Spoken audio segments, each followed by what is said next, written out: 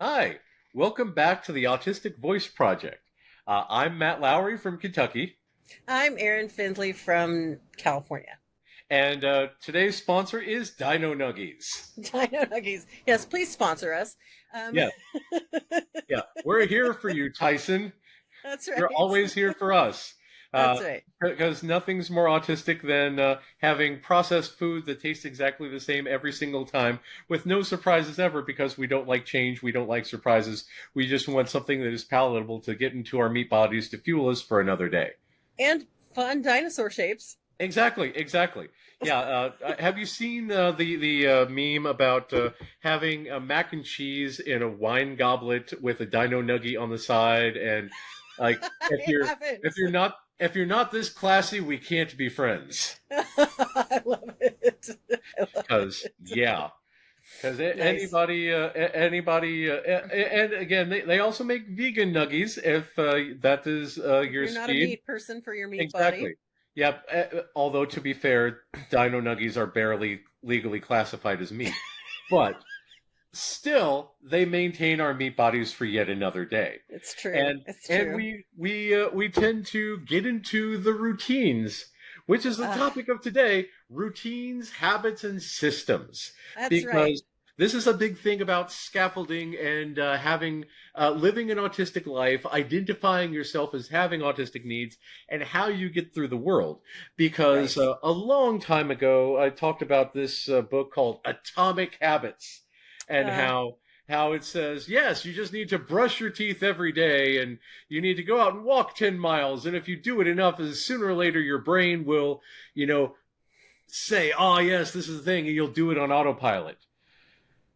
But, that so, doesn't so tend to happen a whole lot. that's the thing, because I do have a morning routine in that I will get up usually around 9 o'clock, and then I will immediately go into the kitchen. I will turn on the coffee maker. I will put the coffee in the coffee maker. Joffrey's coffee, in case you're asking or sponsoring. Give me go, give me coffee. I will go in and I will set the coffee maker. If I'm going to make some focaccia bread for breakfast, I'll turn on the oven. In that time, I will walk past the washer and dryer, throw my old clothes in the washer, unless it's full, in which case I need to work on that. And then I will go take a shower. And then when I'm done with the shower, the coffee will be done brewing, the oven will be done preheating. I'll throw the focaccia bread in. I will drink some coffee while I'm waiting for the focaccia bread. I will eat the focaccia bread. Then I will do email. And I have a system. Yeah. And if anything at all messes with my system, God help me. Things Right. just do not get done. It's I like might not playing wear socks Jenga and that day. pulling out that last block, and the whole thing just clatters down to the floor. Exactly. If I'm out of coffee that day, I will forget the oven. I might forget deodorant at that point. I might forget to brush my teeth because I'm like, oh man, I'm tripping over myself. Right. It's like going on a marathon and having all this stuff stacked on your back. You trip a little bit, things start falling off. You have to pick up the things. You don't know where you are, and before you know it, you're crying. Right. Well, not only that, but then you're also feeling the pressure of, I need to get to whatever the next thing is, Yeah. especially if it's a morning routine. And Yeah. so now, not only are you crying because all the everythings have fallen apart and you can't figure out where you are and what needs to be done and what doesn't need to be done, but now time is clicking down because you got to be somewhere in 15 minutes. Exactly, exactly. And everything, the Mm. entire day is thrown off. And then when you get into traffic, if something unexpected happens, that throws it off, and you're even more behind, and things just pile up and snowball out of control. Right. And then before you know it, you're having a meltdown in the office. Right. And this is the autistic experience. Welcome. But And it isn't, it's mitigatable, yes, right? It's like there are some with a things that good we, system. with a good system, it's mitigatable, and a good system is going to be unique, right? So what's Ooh, my ooh. good system is not going to be the same thing as your good system, because like if you have somebody, like some of my clients really benefit more from menus than set routines of like doing things in an order. Like Ooh. here's the menu of things, And I know all of these things need to get done, but I don't necessarily need to do them in this order, right? So for some people, they have the menu and they know they're going to do everything on the menu. For other people, things have to be done in the order, and for The their order nervous with system. capitals. What's that? The order, capital T, capital O, TM, registered trademark at the end. Exactly. The sacred order. Exactly. The sacred order that must not be messed with. Yeah. Often writing these things down and having them available as a reference somewhere, whether it's on your phone or posted somewhere on your wall or something like that, to go back to when you get disoriented, can be really helpful, because then you're not having to rely on your internal executive function to be able to place you back into the routine or the menu. You can go to that external reference and take a moment to, take a breath, help your meat body calm down, and find yourself on the map so that you can then pick up and do the next thing. I am a fan of magnets, and I promise this relates. I love it. If you go to a store and you get go to like Lowe's or Home Depot or someplace that has like vents, there's these magnetic not plates, but these magnetic little sheets that you can put over a vent to keep the vent from blowing out air. They're very, very easily, I just made up a word, easily cut up into pieces, right? So if you have a whiteboard, if you time how long it takes to do a task on average, you can make out a day in all these 15-minute increments, and then cut a little strip to put in each of these things so that you know how long things will be and how you can possibly make the ideal schedule in order to get all these tasks maintained. In order to, I like the old.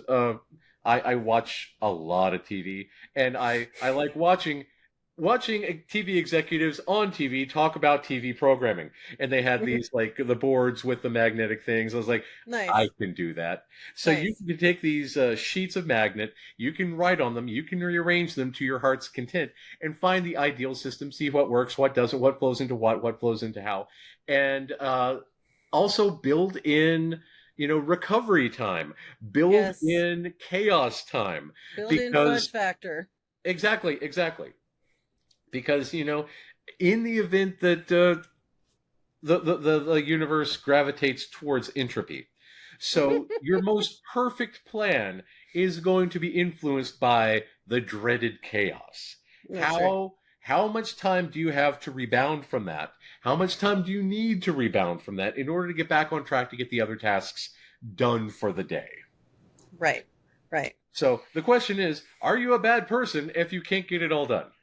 No. There's no such thing as the end to the to-do list. The to-do list is by definition endless. So please forgive yourself and release yourself of any notion that you will ever have your to-do list finished. I have discovered that autistic, ADHD, and ADHD people tend to gravitate towards the Herculean task, where it takes a lot of effort and a lot of reward to say, I did that major thing. Look at that thing I built that thing, versus the Sisyphean task, where you're pushing the boulder up the hill and hell for it. Yeah. Great point. Yeah, because maintenance, oh God.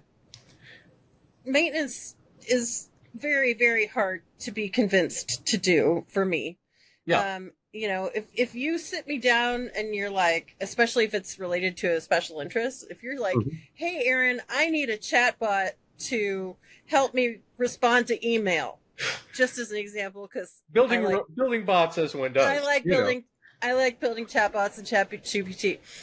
So if you're like, hey, Erin, build me a chatbot that will help me answer my email, I'll be like, absolutely. I am so digging into this. I'm rocking out. I'm having like this great flow, energy, time, space, whatever. If you're like, okay, Erin, vacuum the carpets every Monday. Oh God. First of all, I probably won't remember. Second of all, sensory nightmare because sound and smell. Yeah. Third of all, I have to make sure that I arrange to have my dogs out of the house when that happens, which is its own thing, because my dogs go bonkers when the vacuum cleaner is going, Same which dog. then drives me nuts. And, both from a sound perspective and from an energetic perspective, because I'm very sensitive to I don't mean energy in like a woo-woo way. I mean like, if Spoon theory sort of thing. if someone is near me is panicking, my body will pick that up. Yeah. Which makes me a Vibing, good therapist, but it has a downside to it too, right? Yeah. So anyways, yeah. So and the whole like do it every Monday or every Wednesday or whatever. Like, no, I can do it every day, but I can't doing it once a week is just hard. Doing it once a month is even harder. Doing it once a year is okay as long as I set a reminder in my phone and it doesn't take a lot of doing to do. I need the reminder in the phone and the alarm to say, hey, today you got to do this. Hey, you got to do this right now. Right. My personal hell is mowing the yard. Oh, and yeah. I chose this house specifically because there's a lot of trees out front and the grass does not grow very quickly at all. And in the back, the entire yard was pretty much wiped out by the previous owner's dogs. So instead of planting grass seed, I planted clover. So it would never grow too high and I would never have to mow it. But there's one spot out there that has gone crazy and just gets like 3 feet tall. So I've got this stuffed, this tarp to put over it. I'm going to put dirt on the tarp and I'm going to plant grass or clover on top of that to keep that from going so I don't have to do that. But a while back, there were these sprigs that popped up in my front yard and the local yard Nazi came by and said, there's sprigs in your front yard. Oh, God, why don't you have any pride in your yard? And I'm like, no, I don't. So, I had to go out and mow the yard. And every once in a while, I'm like, is this enough for the neurotypicals around me so that I can evade detection for another day? Yeah. And this is a big thing about expectations put upon us versus our own needs. Because we do need to eat, we do need to sleep, we do need to shit. But there's a lot of expectations placed upon us that might not be very good for us. For instance, I don't buy any clothes that I can't throw into the laundry with all the other laundry. I don't understand why. I don't understand why color separation exists. I don't understand why fabric softener exists. I don't understand why things need to be on different temperatures. Everything needs to be thrown in there and not dissolve like it's made out of paper. Right. I only buy dishes that can go in the dishwasher because if I have to hand wash something, I just as soon cut my own fingers off. Yeah, sensory hell right there. Exactly. That's not going to happen. So this is a big thing about figuring out a life that works for you personally and customizing all this so you can get rid of all of the weird bullshit expectations placed upon you so you can live your own customized, happy, healthy life. And pass it on to your kids because your kids are going to get a lot of messages, especially in the world today. And I don't understand the TikToks and the I don't know Discords and our Discord person is going to be on at some point in the near future to talk about the Autistic Connections Discord. I don't understand how that works. Back in the day, I ran a Star Wars website and I put entries on there for every character in the original trilogy and the prequels until technology got past me and I'm like, no, I'm just going to be a hermit in a cave. I'm good. So I don't wear ties. That's not going to happen. I'm not going to have things dry cleaned. I don't understand that. So I very rarely wear sleeves. Yeah, because again, I don't understand how people can wear full sleeves all day long without just dying. Every time I have to wear a coat, I want to rip it off Incredible Hulk style. I also don't wear socks. I'm a sockser from the devil autistic. There are other autistic people who are like, I can't have my feet on the bare floor autistic, and Yeah. that's totally valid too. And you might be somewhere in between, dear listener. But the point is, get to know your own body. Yeah. Get to know your own sensory experience. Start from the assumption that the signals you're getting from your body are valid. Yeah. Even if it's not the ultimate destination, it's true now. Yeah. So take care of yourself now. And then if you want to try to shift, and if it's coming from you wanting to try to shift, not somebody else trying to shift you because it's more convenient for them, if you want to shift, then experiment. But if you're okay with being a shoes off, never, don't touch my feet with those demons kind of autistic, go live your best barefoot life. I love you. I'm one of you. Yeah, my house has no carpet and everything is hardwood floor, and I can sweep it up and walk comfortably on the floor without things touching my feet because I maintain that. So let's talk about internalized ableism and the messages that people might acquire throughout their life that tell them that they have to live in a certain way, on a certain schedule, in a certain time, etc. Well, that should be easier for you than it is, Matt. You should just try harder. Have you tried just suffering? One of the things that it used to be in the old podcast store was a magnet / pillow / t-shirt that said, "Have you tried just suffering?" And it was one of our biggest sellers, and it's one thing Nice. Cade, it runs through Cade's head often, and he's told me about that. And I ask my clients that facetiously, and they're like, Right. "Yeah." And that's the thing. Have you tried working harder? That's the other one. Yeah, because obviously laziness. The problem is that you haven't pulled yourself up by your bootstraps enough. Go pull more on your bootstraps.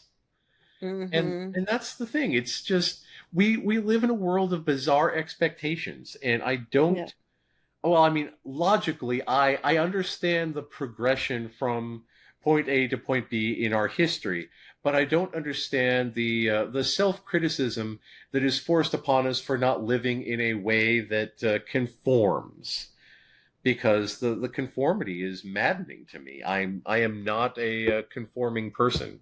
What? I know. Shocked. Grand shock. As I sit here again, also stunned. with no shoes and no socks, and sitting here in my cloth shorts in a room full of Transformers and Lego, and we'll turn slightly to the side to see Optimus Prime, the Mandalorian, Nice. Bert and Ernie, and the Disney boat. Also, I like your fireplace. Oh yes. It also has a little. For you watching on YouTube, you can see this. If you're listening to us, imagine with your head a beautiful fireplace set next to an enormous dragon, and because add dragons to everything, no one's going to stop you. It's not illegal. And That's right. I have a sign there that says "Big Clock House" Nice. because of the big clock, which is one of the amazing. reasons why my son was not enthusiastic about moving from our previous house until we found this house that had an enormous clock, and he loves clocks. So he was like, "Big Clock House." And then he went into full Peppa Pig mode and started giving a tour of the house as Peppa Pig, because he's a Gestalt language processor and he used quotes from Peppa Pig. And this is the bath, and you can turn on the hot water and the cold water. And I was like, I think he likes it. I love that kid. We chose Big Clock House. Nice. Because we live a life that works for us instead of working for the neurotypicals down the street. Because you're the only person that's going to live your life in your meat body. You're the only person that's going to end up in your casket.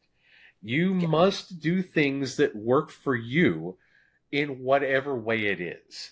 And this is because again, there's a lot of people, there's a lot of coaches out there who claim that they have the answer, who will tell you the quote-unquote right way to do things, the right way to make your lives. Oh God, what's that woman that advocates getting rid of your books? Crap, I just forgot her name. Our listeners Marie are Kondo. Yes. Marie Kondo. Erin heard your screams, listeners from the future. Well done. But now that Marie Kondo has kids, somebody asked her, "Are you still into that thing?" And she's like, "Yeah, I've been rethinking it." Because again, It's one way works, but it may not work for it's everybody. easier to maintain your stuff when it's just you. I'm not saying easy. Yeah, I'm just saying there's fewer complicating factors when it's just one person, right? yeah, The more yeah, people you add to a household, particularly people who are still learning how to do all the things, yeah, yeah. right? It Well, just adds chaos. yeah. After you pop out one or two chaos goblins, all of a sudden your whole system changes. Right. Right. Yeah, it's one of those things.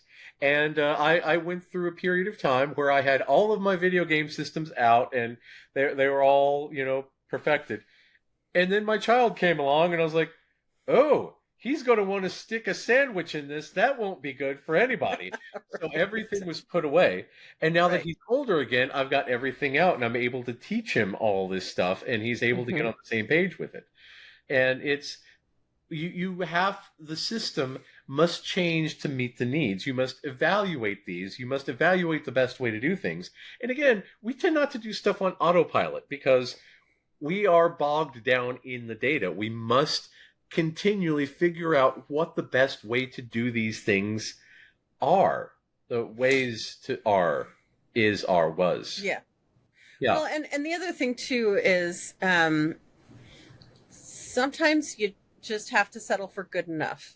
Oh, yeah. The perfect is the enemy of the good. Tell us about Right. that. Well, so whether it's prioritizing tasks or figuring things out, a lot of times those of us with really hyper-connected minds and who have more of a web-like thinking process, Oh, yeah. we will see how all of the things, or not necessarily literally see, we will see or conceptualize how things go together with great complexity, right? And so it can be hard to prioritize this thing versus that thing. Yeah. Because they're both important and they both impact this third thing, which is really important too. Yeah. And so that can be a place that we freeze up. Yeah. And so sometimes what we need to do is find a way, almost any kind of a way, to narrow the list and then just pick something. Yeah. Right? Whether it's, hey, I'm in my home office right now, so I'm going to pick, cleaning up, tidying and getting rid of stuff that's sitting over on my, rack that holds like my printer and crap, which is over there for those of you who are on the video. Next to a dragon, if you have an imagination. It's actually next to the sword you gave me. Oh, nice. Yes. Oh, very cool. I was wondering. Yeah. Yes. That's the sword you gave me is right over there. And so it's, like sometimes you just pick the thing that's accessible to you or nearest to you. And that's okay, right? Yeah. That's legit. Sometimes, like, especially if you're talking about tasks, there may be urgency or deadlines that can help you sort. But sometimes you just got to pick one. Yeah. And a lot of times, wherever you start is fine. Yeah. The You can start in the middle. Is that you start. Yeah. Because anything is better than nothing. Baby steps are better than no steps at all. Right. And baby steps are not necessarily just short. They're also wobbly as fuck. Yes, Right? exactly. So, wobble your way towards something closer to what you want to do or be, right? Yeah. And that's cool. Try it out. Give it a shot. Think a little bit about how it worked. Try something a little different or try the same thing again. See if it replicates. Yeah. I think one of the things that keeps us from building habits in the way that neurotypicals often think of it is that process complexity, right? Yeah. Because if we're nuancing things to such a degree that we're factoring this or that, or this other thing, or like these 75 other things that someone who thinks about it in very broad strokes wouldn't be, conceptualizing. Yeah. That the person who thinks about it in very broad strokes can habituate and can, they'll see the patterns. I'm trying to think, one of my couples that I was working with a while back, the autistic partner, I'm not going to say genders, the autistic partner wanted to talk about doing dishes after a party. Yeah. Right. And the allistic partner branched the conversation into doing dishes in general. And the autistic partner was like, why are you changing the topic? Right. This is a very specific topic. And the allistic partner was like, but it's both the dishes. And the autistic partner was really struggling to help the allistic partner. Obviously, that's where therapist comes in, right? To help them understand, yes, there is a through line that is dishes. Right. But the party scenario is a very different scenario than everyday dinner dishes. Right. It's the difference between a Volkswagen and a monster truck. Both technically vehicles.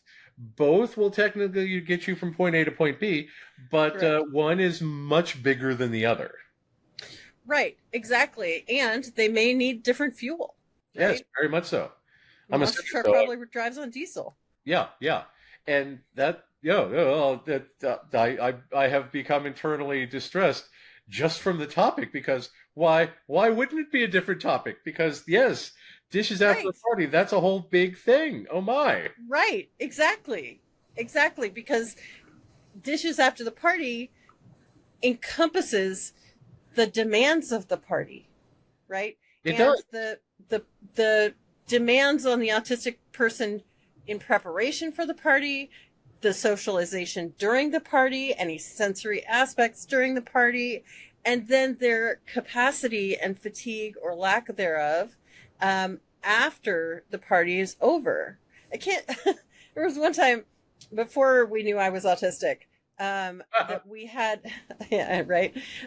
where we had a group of, 10 people over for dinner. It was a community dinner thing that we were doing, and it was a really lovely evening, and my husband is very autistic friendly, in that he and I both think about details in very similar ways, but I'm the more detailed of the two of us, and so we put together a really lovely evening. Everybody had a great time. Food was fantastic. So many compliments, blah, blah, blah. And at the end of the night, I just sat down and cried. Yeah. Because the pile of dishes, I literally could not figure out where to start. Yeah. I just cried. Because husband, it is massively God bless him, my husband, who did food service in college, so he's like, oh, dishes, fine, whatever. He's like, honey, just sit. It's okay. Yeah, I'm going to have a glass of wine. I'm just going to wash some dishes. It'll be okay. It's going to be okay. And I was like, okay, thanks so much. This is a benefit of a cross-neurotype relationship where one person doesn't have the same sensitivities as the other. Yeah. So you got this overlap going on. Mm-hmm. So needs can be met. As a side topic, do you know who McKenna Grace is? No. McKenna Grace was a star on Young Sheldon. She played young Captain Marvel. She was also in the two most recent Ghostbusters movies. Okay. She's autistic as all get out. Nice. She also has a fledgling pop career, including such songs as "Do All My Friends Hate Me" and "Post-Party Meltdown." Oh, nice. Because again, theme song for our times. Exactly, yeah. Because she's singing to the experiences of the target audience here. Because this is the way. And this is a big thing, because being able to, and oh man, we are running low on time. We need to dedicate. Have we already talked about the whole cross neurotype relationships and translating things? We talked about it a little bit, but not in detail, so we can do Yeah, that. because I think coming up we really soon. need to do that, because this Yeah. is the big thing about, finding your own needs and finding a way to communicate that to your partner. Again, in very explicit terms and negotiation, along going with the whole kink thing, Yeah. being able to specifically talk about all these things. Yeah. It's like telling somebody what you expect out of a clean room, because otherwise you get into the weeds about, dishes versus party dishes, and everybody's mad, everybody's upset, things go awry, and nobody's happy. Mm-hmm. That's right. But I think that we'll call it for here, and then Yep. next time we can start talking about that. If not, we've got lots of topics on the radar, so Yeah. we'll be talking to you all very soon about more topics in the future. Come back and join us, and we will be here.